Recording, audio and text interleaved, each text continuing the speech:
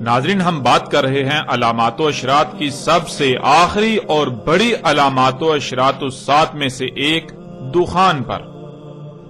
ہم نے گزشتہ قسط کے اختتام پر کہا تھا کہ اب بات کرتے ہیں دخان پر قرآن سے اور دیکھتے ہیں کہ قرآن دخان کے بارے میں کیا رہنمائی کرتا ہے۔ تو ناظرین، دخان کے موضوع پر قرآن میں پوری ایک سورت دخان موجود ہے۔ ہم اس پوری سورت پر تفصیل کے ساتھ بات کریں گے انا علینا بیانہ کے تحت جاری سلسلے میں، مگر یہاں ہم سورت الدخان سے اپنے موضوع کے تحت چند آیات کو سامنے رکھتے ہوئے اپنے موضوع کا احاطہ کریں گے تاکہ کم وقت میں اور آسان طریقے سے قرآن سے اس موضوع کی کھل کر وضاحت ہو جائے اور کسی کے لیے بھی کسی قسم کا کوئی شک یا ابہام باقی نہ رہے۔ ناظرین، جیسا کہ ہم پہلے بتا چکے ہیں کہ پوری سورت الدخان پر انا علینا بیانہ کے تحت مفصل اور ہر پہلو سے بات ہوگی، اس لیے ہم سورت الدخان کی شروع کی آیات پر بات نہیں کریں گے، اس کے برعکس سیدھا اپنے موضوع کی طرف آتے ہیں۔ اور اس وقت آپ کو سکرین پر سورت دخان کی آیت نمبر 7 نظر آ رہی ہے۔ رب السماوات والارض وما بینہما ان کنتم موقنین۔ ناظرین، آیت پر بات کرنے سے پہلے آیت میں استعمال ہونے والے الفاظ کا جان لینا بہت ضروری ہے، اور آیت میں پہلا لفظ ہے رب۔ رب کہتے ہیں اس ذات کو جو کسی کو عدم سے وجود میں لائے، یعنی جب کسی کا وجود نہیں ہوتا تو اس کو وجود میں لانا، اور پھر کس طرح وجود میں لانا، یعنی اس سے کس طرح خلق کرنا، وہ تخلیق کے تمام مراحل، اسے کسی نہ کسی مقصد کے لیے خلق کرنا، اور جس مقصد کے لیے خلق کیا جانا اس مقصد کو پورا کرنے کے لیے اسے اس کی تمام ضروریات بھی مہیا کرنا، اور پھر اسے اس کے مقام پر قائم کر دینا تاکہ وہ اپنے مقام پر قائم رہتے ہوئے اس مقصد کو پورا کر سکے جس مقصد کے لیے اسے خلق کیا گیا۔ اگر وہ مخلوق اس مقصد کو پورا کرتی ہے تو اسے احسن بدلہ دینا، اور اگر وہ اس مقصد کو پورا نہیں کرتی، کمی یا کجی کرتی ہے، کوتاہی یا سستی برتتی ہے، تو اس سے حساب لینا، اس سے پوچھ گچھ کرنا اور اسے اس کی سزا دینا۔ ناظرین، یہ لفظ رب کے بہت ہی مختصر اور جامع ترین معنی ہے۔ اس آیت میں اللہ سبحانہ و تعالی نے کہا کہ رب السماوات والارض وما بینہما۔ لفظ رب کو ہم واضح کر چکے، اب آ جاتا ہے لفظ سماوات۔ السماوات جمع کا صیغہ ہے اور اس کا واحد السما ہے۔ السما عربی میں فضا یعنی خلا کو کہتے ہیں، یعنی جیسے آپ جس فضا میں موجود ہیں، جس میں آپ سانس لیتے ہیں، یہ فضا عربی میں السما کہلاتی ہے، اور السماوات اس کی جمع ہے۔ لفظ سماوات کے نیچے زیر کا آنا اس بات کو یقینی بناتا ہے، نہ صرف یقینی بناتا ہے بلکہ تحقیقاً یہ بات کرتا ہے کہ یہ سماوات وہ سماوات ہیں جن کا تمہارے ساتھ تعلق ہے، جو تمہارے قریب تر، یا یوں کہہ لیں کہ جو زمین کے سماوات ہیں، یعنی زمین کے گرد جو فضا ہے، جو خلا ہے، یہ ایک نہیں بلکہ 7 مختلف طے در طے پرتوں پر مشتمل ہے، یعنی ایک نہیں بلکہ 7 آسمان ہیں، ایک سے زائد آسمان ہیں۔ اس طرح اگلا لفظ ارض، جو کہ اسی سیارے کا ذکر کیا جا رہا ہے جس پر آپ موجود ہیں، اسے زمین بھی کہا جاتا ہے۔ آگے آ جاتا ہے وما بینہما، جس کے معنی ہے جو کچھ بھی ان دونوں میں ہے، یعنی جو کچھ بھی آسمانوں اور زمین کے درمیان ہے، جو کچھ بھی ان کے درمیان ہے، ان میں ہے۔ اب آتے ہیں ناظرین اس آیت کی طرف، اور آپ سکرین پر دیکھ سکتے ہیں کہ آیت میں بالکل صراحت کے ساتھ یہ کہا جا رہا ہے کہ رب السماوات والارض وما بینہما۔ رب السماوات، رب سماوات کا اور زمین کا، اور جو کچھ بھی السماوات اور زمین کے درمیان ہے، ان دونوں میں ہے۔ یعنی جب ان سب کا وجود نہیں تھا تو ان کو عدم سے وجود میں لانے والا، انہیں عدم سے وجود میں لایا گیا، انہیں خلق کیا گیا۔ تو غور کرو کہ انہیں کیسے خلق کیا گیا۔ تو ناظرین، کیا قرآن اس سوال کا جواب نہیں دیتا انہیں کیسے خلق کیا گیا؟ ہم پچھلی قسط میں تفصیل کے ساتھ یہ واضح کر چکے کہ زمین و آسمانوں اور جو کچھ بھی ان میں ہے انہیں کیسے اور کس سے خلق کیا گیا۔ انہیں کس سے خلق کیا گیا؟ انہیں دخان یعنی گیسوں سے خلق کیا گیا۔ جیسا کہ آپ اس آیت کو اپنی سکرین پر دیکھ سکتے ہیں کہ سورہ فصلت کی آیت نمبر 11 میں اللہ سبحانہ و تعالیٰ نے بالکل واضح الفاظ میں یہ بات بتا دی کہ زمین و آسمان خلق سے پہلے دخان یعنی گیسیں تھیں۔ انہیں دخان یعنی گیسوں سے خلق کیا گیا، اور پچھلی قسط میں بھی آپ اس بات کو تفصیل کے ساتھ جان چکے کہ زمین و آسمان اور جو کچھ بھی ان میں ہے ان سب کو گیسوں سے خلق کیا گیا۔ اور پھر ناظرین یہ کہا جا رہا ہے کہ آسمانوں اور زمین اور جو کچھ بھی ان میں ہے سب کے سب کو کسی نہ کسی مقصد کے لیے خلق کیا، اور انہیں کس مقصد کے لیے خلق کیا اس کا علم صرف اور صرف اسی کو ہے جس نے ان سب کو خلق کیا۔ اور پھر ان کی ضروریات کیا ہیں، ان کی مقدار کیا ہے، ان کا معیار کیا ہے، یہ سب بھی صرف اور صرف اسی کو علم ہے جس نے ان سب کو خلق کیا، انہیں وجود عطا کیا۔ وہ مقصد کیسے پورا ہوگا جس مقصد کے لیے انہیں خلق کیا گیا اس کا بھی علم صرف اور صرف اسی کو ہی ہے۔ ان کو کس کس مقام پر قائم کرنا ہے یہ بھی صرف اور صرف اسے ہی علم ہے۔ اس لیے اس نے نہ صرف انہیں وجود دیا یعنی خلق کیا، بلکہ ان سب کو خلق کرنے کے بعد جس مقصد کو پورا کرنے کے لیے انہیں خلق کیا اسے پورا کرنے کے لیے ان کے مقامات پر انہیں لگا دیا۔ تمام مخلوقات ایک مشین میں پرزوں کی مانند ہیں، بالکل ایسے ہی جیسے تمہارے جسم میں تمام کے تمام اعضاء ایک دوسرے سے مشروط ہیں، ان کا ایک دوسرے سے گہرا ربط قائم ہے۔ جب ایک اپنی ذمہ داری کو پورا کرے گا تو دوسرا اپنی ذمہ داری پوری کر پائے گا، اسی طرح تیسرا، یوں پورا جسم ٹھیک رہے گا۔ پورے جسم میں ایک بہترین توازن قائم ہے، میزان قائم ہے۔ جب تمام کے تمام اعضاء اپنے اپنے مقام پر رہتے ہوئے اپنی اپنی ذمہ داری پوری کریں گے تو پورے جسم میں وہ میزان، وہ توازن برقرار رہے گا، یوں پورا جسم ٹھیک رہے گا۔ بالکل یہی مثال آسمانوں، زمین اور ان میں جو کچھ بھی موجود ہے ان سب کی ہے۔ یوں ایک بہترین اور پیچیدہ ترین میزان وضع کر دیا۔ وہ میزان تب تک برقرار رہے گا جب تک یہ تمام کی تمام مخلوقات یعنی آسمان اور زمین اور جو کچھ بھی ان میں ہے یہ سب کا سب اپنے اپنے مقام پر رہتے ہوئے اپنی اپنی ذمہ داری پوری کرے گا۔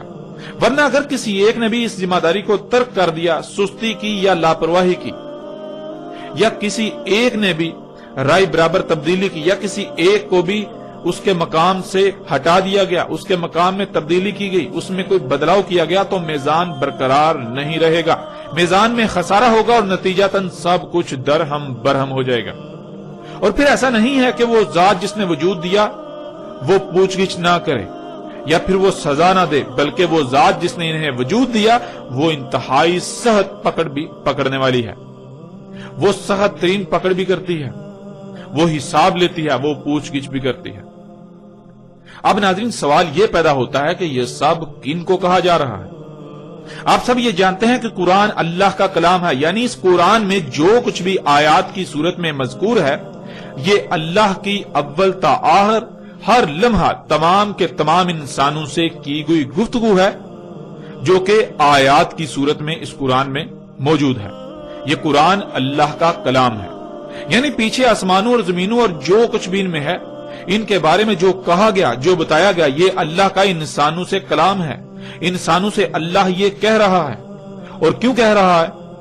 اس لیے کہہ رہا ہے کہ تم ایسا مت کرنا، تم اس بات کا خیال رکھنا کہیں بھی کوئی چھیڑ چھاڑ نہ کرنا، کیونکہ سب کچھ تم پر واضح کر دیا گیا۔ تم ان میں چھیڑ چھاڑ نہ کرنا، تم ان میں پنگے نہ لینا، ان کو ان کے مقامات سے نہ ہٹانا، ورنہ کیا ہوگا؟ ورنہ سب کچھ درہم برہم ہو جائے گا۔ اگر تم اس کا یقین کرنے والے ہو جو کچھ کہا گیا آسمانوں اور زمین اور جو کچھ بھی ان میں ہے ان سب کے بارے میں، تو تم ایسا مت کرنا۔ اور اسی کا اللہ سبحانہ و تعالیٰ نے آیت کے اگلے حصے میں بھی ذکر کر دیا، ان کنتم موقنین، اگر تھے تم اس بات کا یقین کرنے والے جو کچھ کہا گیا آسمانوں، زمین اور جو کچھ بھی ان کے درمیان ہے ان سب کے بارے میں۔ اب ناظرین ذرا غور کریں، جب اللہ سبحانہ و تعالیٰ نے آسمانوں، زمین اور جو کچھ بھی ان میں ہے ان سب کے بارے میں سب کچھ واضح کر دیا، ان سب کو گیسوں سے خلق کیا گیا۔ زمینوں آسمانوں میں جب بھی کوئی عمل وقوع پذیر ہوتا ہے تو اس سے گیسیں خارج ہوتی ہیں، انہیں بعض دوسری مخلوقات کی خوراک بنا دیا، یعنی ایک مخلوق کا فضلہ دوسری کا رزق اور یہ ایک بہترین توازن میزان قائم کیا۔ نہ ہی گیسیں کم خارج ہوتی ہیں نہ ہی زیادہ۔ آسمان و زمین اور جو کچھ بھی ان میں ہے، سب کی سب مخلوقات کی تخلیق کا کوئی نہ کوئی مقصد ہے۔ جس مقصد کے لیے خلق کیا اسے پورا کرنے کے لیے انہیں ان کے مقامات پر لگا دیا۔ تمام کی تمام مخلوقات ایک جسم اعضاء کی مانند ہے۔ زمین و آسمان بالکل ایک مشین کی مانند ہے، اور ان میں جو کچھ بھی ہے سب کی سب مخلوقات مشین میں موجود پرزوں کی مانند ہیں۔ جیسے جب تک مشین کے تمام پرزے اپنے اپنے مقام پر رہتے ہوئے اپنی اپنی ذمہ داری پوری کریں گے تب تک پوری مشین ٹھیک رہے گی، ورنہ اگر کہیں بھی کوئی کمی، کجی، کوتاہی یا لاپرواہی ہوئی، کسی کا مقام تبدیل ہوا تو یہ میزان برقرار نہیں رہے گا۔ رب نے کہیں پر کوئی کمی، کجی، کوتاہی یا لاپرواہی نہیں کی۔ اس نے سب کچھ پرفیکٹ خلق کیا، کامل خلق کیا۔ ان میں کسی بھی قسم کی کوئی تبدیلی نہیں کی جا سکتی۔ اللہ کی خلق تبدیلی کے متحمل ہے ہی نہیں، اور اگر تبدیلی کی جائے گی تو کیا نتائج نکلیں گے؟ کیا ناظرین یہ سب کچھ واضح نہیں ہو چکا؟ ناظرین یہ سب کچھ محض ایک لفظ رب کا استعمال ہی واضح کر دیتا ہے، اور یہ سب واضح ہو چکا، اس سمیت باقی وہ سب بھی واضح ہو چکا جو کچھ بھی آسمانوں زمین اور جو کچھ بھی ان میں ہے ان کی تخلیق سے تعلق رکھتا ہے۔ ان کے بارے میں جتنے بھی حقائق ہیں وہ سب بھی بالکل واضح ہو چکا۔ گزشتہ ایک ساتھ میں بھی ان موضوعات پر یعنی کہ اس حوالے سے مختلف پہلوؤں سے تفصیلاً بات ہو چکی۔ تو ناظرین یہ سب کچھ واضح کیے جانے کے بعد اللہ نے یہی کہا تھا کہ اگر تم اس بات کا یقین رکھنے والے ہوئے تو تم ان میں پنگے نہیں لو، یوں سب کچھ محفوظ رہے گا۔ اور اگر تمہیں ہماری اس بات کا یقین نہ ہو، تم نے سمجھا کہ ایسا کچھ بھی نہیں، چھیڑ چھاڑ کرنے سے، ان میں پنگے لینے سے، ان میں تبدیلیاں کرنے سے کچھ بھی نہیں ہوتا۔ فطرت میں تبدیلیاں کرنے سے، فطرت کو بدلنے سے، اس میں چھیڑ چھاڑ کرنے سے کچھ بھی نہیں ہوگا۔ تو پھر یہ بات جان لو کہ جو اللہ سبحانہ و تعالیٰ نے اگلی آیت میں کہہ دی۔ اللہ سبحانہ و تعالیٰ اس میں کہتے ہیں لا الہ الا ہوا یحیی و یمیت ربکم و رب آبائکم الاولین۔ نہیں ہے الہ یعنی نہیں ہے کوئی بھی ایسی ذات جس کی بات مانی جائے کہ تمہیں جو کچھ بھی عطا کیا، خواہ وہ صلاحیتیں ہوں، مال ہو، اولاد ہو، تمہارے ہاتھ، پاؤں، کان، دل، دماغ سمیت جتنے بھی تمام کے تمام اعضاء ہیں وہ ہوں، یا رزق، یا جو کچھ بھی تمہیں عطا کیا گیا، اس سب کا کب، کہاں، کیسے، کیوں اور کس مقصد کے لیے استعمال کرنا ہے، وہ سب کیوں تمہیں عطا کیا گیا، اس کے فیصلے کا اختیار صرف اور صرف اسے ہے جو حیا کر رہا ہے اور جو موت کر رہا ہے۔ یعنی فطرت، یہ فطرت ہی ہے جو مخلوقات کو حیا کرتی ہے، انہیں وجود میں لاتی ہے، اور پھر یہ فطرت ہی ہے جو انہیں موت دیتی ہے، یعنی انہیں دوبارہ ذرات میں تبدیل کر دیتی ہے، ذرات کی صورت میں بکھیر دیتی ہے جن ذرات سے انہیں اس نے وجود دیا تھا۔ تو تمہیں جو کچھ بھی عطا کیا گیا اگر وہ سب فطرت کے تابع رکھو گے تو ہر لحاظ سے فلاح پاؤ گے، کسی قسم کا نقصان نہیں ہوگا، تمہیں ہر لحاظ سے فائدے ہی حاصل ہوں گے۔ اور اگر ان سب کا استعمال فطرت کے خلاف کیا، فطرت کے برعکس اپنی خواہشات، اپنی مرضی کے تابع کیا، حی اور موت کرنے والی ذات یعنی فطرت کے علاوہ کسی کے پیچھے بھی اس کا استعمال کیا، ان کا استعمال کیا، تو پھر تمہارا انجام کیا ہوگا، اس کو بھی اللہ سبحانہ و تعالیٰ نے آگے واضح کر دیا، یعنی آیت کے اگلے حصے میں واضح کر دیا۔ یہ اس سے جان لو ربکم و رب آبائکم الاولین، تمہارا رب اور تمہارے آبا کا رب جو اولین تھے یعنی جو پہلے آ کر گزر چکے۔ ناظرین یہاں لفظ رب کے معنی ذہن میں ہونا بہت ضروری ہے۔ تمہارا رب یعنی جب تمہارا وجود نہیں تھا تو جس نے تمہیں وجود دیا، اور پھر کسی نہ کسی مقصد کے لیے وجود دیا، جس مقصد کے لیے وجود دیا سب کچھ واضح کر دیا، جیسا کہ پیچھے سب واضح ہو چکا کہ خواہ کچھ بھی ہو جائے فطرت پر قائم ہونا ہے ہر طرف سے کٹ کر، بالکل یک رخ ہو کر، فطرت میں کوئی تبدیلی نہیں کرنی، فطرت میں کوئی چھیڑ چھاڑ نہیں کرنی، ورنہ تمہارا انجام کیا ہوگا۔ وَرَبُّ آبَائِكُمُ الْأَوَّلِينَ، تمہارے آبا کا رب یعنی جو زمین میں تم سے پہلے آباد تھے، انہیں بھی یہی ذات وجود میں لائی تھی، اور ان پر بھی یہ سب واضح کیا تھا۔ اور انہوں نے کیا کیا؟ اور پھر ان کا انجام کیا ہوا، یہ سب تمہارے سامنے واضح کیا جا چکا۔ ناظرین، کون ہیں آبائکم الاولین؟ ذرا غور کریں، وہ کون لوگ ہیں جو موجودہ قوم سے پہلے زمین پر آباد تھے، جو اس قرآن کے نزول سے پہلے دنیا پر آباد تھے، دنیا سے ہو کر گزر چکے۔ جب آپ غور کریں گے تو آپ کے سامنے دو طرح کے لوگ آئیں گے، آپ کو دو طرح کے لوگ نظر آئیں گے۔ ایک وہ جنہیں قرآن رسول، نبیین، صدیقین، شہداء اور صالحین قرار دیتا ہے، اللہ کے بھیجے گئے رسول اور ان کے ساتھ دینے والے، ان کی اطاعت کرنے والے۔ اور دوسرے وہ جنہیں قرآن مفسدین قرار دیتا ہے، جو ذلت امیز ہلاکتوں کا شکار ہوئے، قوم نوح، قوم عاد، قوم سمود، قوم لوط، قوم شعیب اور آل فرعون وغیرہ۔ یہی ناظرین اللہ سبحانہ و تعالی یہاں کہہ رہا ہے کہ اب فیصلہ تمہارے اپنے ہاتھ میں ہے، کہ جو کچھ تمہیں آسمانوں، زمین اور جو کچھ بھی ان میں ہے ان کے بارے میں بتایا گیا، اس پر یقین کرتے ہوئے کسی قسم کی کوئی چھیڑ چھاڑ نہیں کرتے، کوئی تبدیلی نہیں کرتے، ان میں پنگے نہیں لیتے، اور ہر طرف سے کٹ کر فطرت پر قائم ہوتے ہوئے اور رسولوں اور ان کے ساتھیوں، نبیین، صدیقین، شہداء اور صالحین میں شامل ہوتے ہو، یا پھر تم بھی حق ہر لحاظ سے کھل جانے کے بعد یقین کرنے کے بجائے یہی کہتے ہو کہ نہیں، زمین و آسمانوں میں پنگے لینے سے کچھ نہیں ہوگا، ان میں تبدیلیاں کرنے سے کچھ نہیں ہوگا، ایسا کچھ نہیں، جو جی میں آئے کرو، جو جی چاہے کرو، اللہ کی آیات میں جو کہ اللہ کی مخلوقات ہیں ان میں چھیڑ چھاڑ کرو، ان کو ان کے مقامات سے ہٹاؤ، ان کو جیسے جی چاہے استعمال کرو، خود خالق بن بیٹھو۔ اس نے ہماری ضروریات کیا تھیں وہ خلق کی ہی نہیں، اگر کی تو اسے علم ہی نہ تھا کہ کیسی خلق ہونی چاہیے تھی، کیسی خلق کی جانی چاہیے تھی، اس نے فرض کر دیا، اس نے نامکمل خلق کی، وہ بھول گیا تھا، اس لیے خود سے اپنی تیز ترین ضروریات خلق کرو، اور پھر یوں زمین و آسمانوں میں پنگے لیتے رہو، کچھ بھی نہیں ہونے والا، ان میں کوئی خرابی نہیں ہونے والی، اور یوں کہتے ہوئے پھر یہی کرو گے۔ اگر ایسا کرتے ہو تو پھر تم اپنے آبا، کون ہے تمہارے آبا؟ تمہارے آبا ہیں قوم نوح، قوم عاد، قوم سمود، قوم شعیب، قوم لوط اور آل فرعون، ان کا انجام بھی ذہن نشین کر لو۔ جس طرح وہ عبرت کا نشان بنا دیے گئے، بالکل عین اسی طرح تم بھی تمہارے آبا کی طرح عبرت کا نشان بنا دیے جاؤ گے۔ جیسے انہوں نے آسمانوں، زمین اور جو کچھ بھی ان میں ہے، ان میں تبدیلیاں کی، جس سے زمین و آسمانوں میں فساد ہوا اور بالآخر بڑی بڑی تباہیوں کی صورت میں ظاہر ہوا اور وہ ہلاک ہوئے، بالکل وہی تمہارے ساتھ بھی ہوگا۔